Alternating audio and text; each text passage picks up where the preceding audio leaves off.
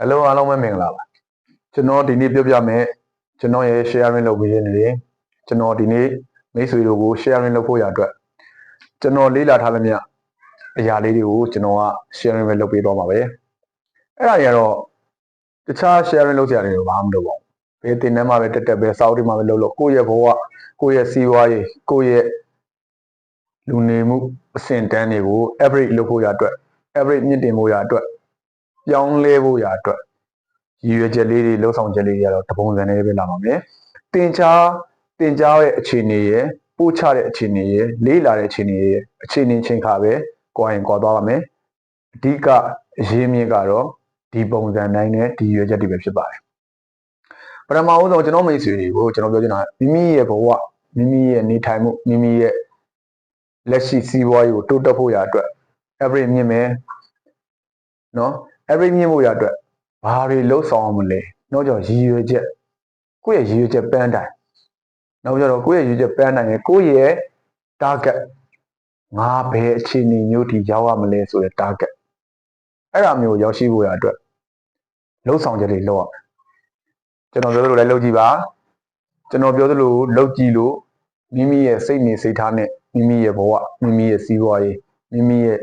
ဆက်ဆံရေးမပြောင်းလဲဘူးဆိုလို့ရှိရင်ကျွန်တော်ကို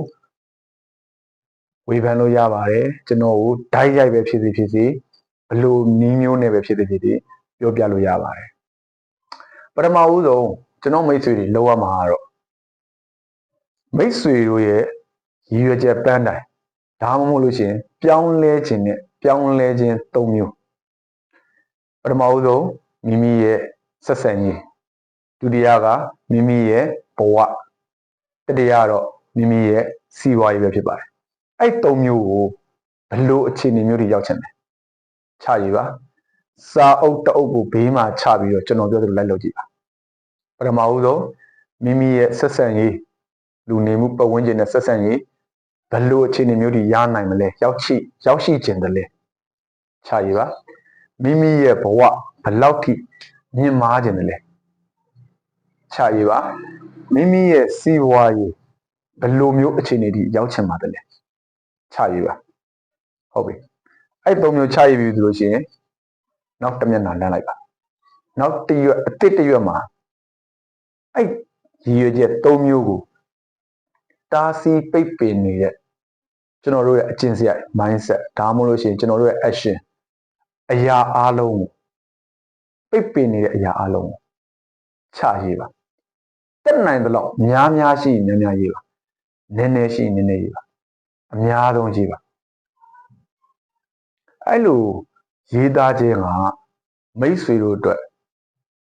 စာချုပ်ချုပ်ခြင်းပါတယ်မိတ်ဆွေတို့ကဘယ်သူနဲ့မှစာချုပ်ချုပ်တော့မဟုတ်ကိုငါပြောင်းလဲပြီဆိုတဲ့ရည်ရွယ်ချက်နဲ့ငါပြောင်းလဲပြီဆိုတဲ့ရည်ရွယ်ချက်နဲ့ကိုအာမခံအနေနဲ့စာချုပ်ချုပ်ခြင်းပဲဖြစ်ပါတယ်ဟုတ်ပြီအဲ့ဒီအရာတွေလုပ်ပြီးပြီဆိုလို့ရှိရင်နောက်တစ်မျက်နှာလမ်းလိုက်ပါ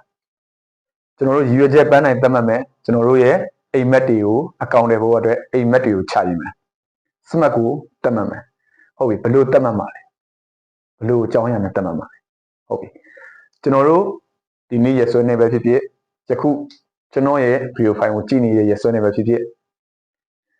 ရက်စွဲကိုရှေ့မှာထားပြီးတော့ဒီနေ့ဒီချင်းနဲ့စပြီးတော့နောက်3နှစ်ဒါမှမဟုတ်နောက်1နှစ်နောက်ဒါမှမဟုတ်နောက်5နှစ်အတွင်းမှာငါဘာဖြစ်နေရမလဲငါဘာဖြစ်နေရမယ်ငါဘာတွေကိုပိုင်ဆိုင်ထားရမယ်ငါရဲ့စီးပွားရေးဘယ်လိုမျိုးတိုးတက်နေရမယ်ငါဘယ်လိုနေထိုင်မျိုးနဲ့နေထိုင်ရမယ်ငါရဲ့လူမှုဆက်ဆံရေး network ကဘယ်လောက်ထိကျယ်ပြန့်နေရမလဲအဲ့ဒါတွေကျယ်ပြန့်တော့အတွက်နောက်ဆုံးတိတ်သတ်မှတ်ပေးပါဟုတ်ပြီအဲ့ဒါတွေသတ်မှတ်ပြီးပြီဆိုတဲ့နေနဲ့မိမိကိုအတန်ထွက်ပြီးတော့အခါ30ဒါမှမဟုတ်ရှင်အခါ50အတန်ထွက်ပြီးတော့ရွတ်ဖတ်ပေးပါအဲ့လိုရွတ်ဖတ်ခြင်းအဖြစ်ဘလို့ရွတ်ဖတ်မလဲလို့ရှိရင်အားနဲ့အင်းနဲ့ကိုယ်စိတ်ထဲမှာလိုလာရွတ်သွမှုတွေနဲ့လိုချင်တက်မှန်းမှုတွေနဲ့လိုချင်တက်မှတ်မှုတွေနဲ့လက်ရှိလောက်ကင်နေတဲ့အရာကိုအားနဲ့အင်းနဲ့ပြောဖို့ဆိုဖို့ဖတ်ဖို့လိုပါတယ်အဲ့လိုဖတ်ပြီးဆိုရတဲ့ပြန်တဲ့ မိမိအနေနဲ့ယခုလက်ရှိပိုင်ဆိုင်ထားတဲ့ကဲ့သို့ယခုလက်ရှိရောက်ရှိနေတဲ့ကဲ့သို့စိတ်ထဲမှာအာရုံတွင်ပြီးတော့ကျွန်တော်တို့အဲ့ဒီစမတ်ကိုလေးကိုရွတ်ဖတ်မှာပဲဖြစ်ပါတယ်အဲ့ဒါတွေရွတ်ဖတ်ခြင်းကဘာတွေကောင်းမွန်လဲဆိုလို့ရှိရင်မိမိတို့အတွက်ငါဘာတွေလိုအပ်နေလဲဆိုတော့တဖြည်းဖြည်းနဲ့ရောက်ရှိလာမှာပဲဖြစ်ပါတယ်တဖြည်းဖြည်းနဲ့သိလာမှာပဲဖြစ်ပါတယ်တဖြည်းဖြည်းနဲ့ကျွန်တော်တို့လှုပ်ဆောင်မှုတွေယူဟာတွေကိုကျွန်တော်တို့သိလာမှာပဲဖြစ်ပါတယ်ဒီလိုမျိုးလှုပ်ဆောင်နေရခြင်းကမိမိဘဝအတွက်မိမိမိသားစုအတွက်မိမိအတိုင်းဝိုင်းအတွက်မိမိယခုလက်ရှိဘဝနဲ့ပြောင်းမိုးရာအတွက်ဆိုတဲ့ရည်ရွယ်ချက်ပတ်နိုင်နေထားပါမိမိကဘာလို့ပြောင်းနေတာလဲမိတ်ဆွေကဒါမျိုးကိုလိုက်ကြည့်ပြီးတော့ဘာလို့ပြောင်းနေတာလဲအဲ့လိုပြောင်းခြင်းကဘာကြောင့်လဲရည်ရွယ်ချက်ပြောင်းရည်ရွယ်ချက်ရှိရတယ်ရည်ရွယ်ချက်ပန်းနိုင်မရှိဘဲနဲ့ကျွန်တော်တို့ဘာမှလုပ်လို့မရပါဘူး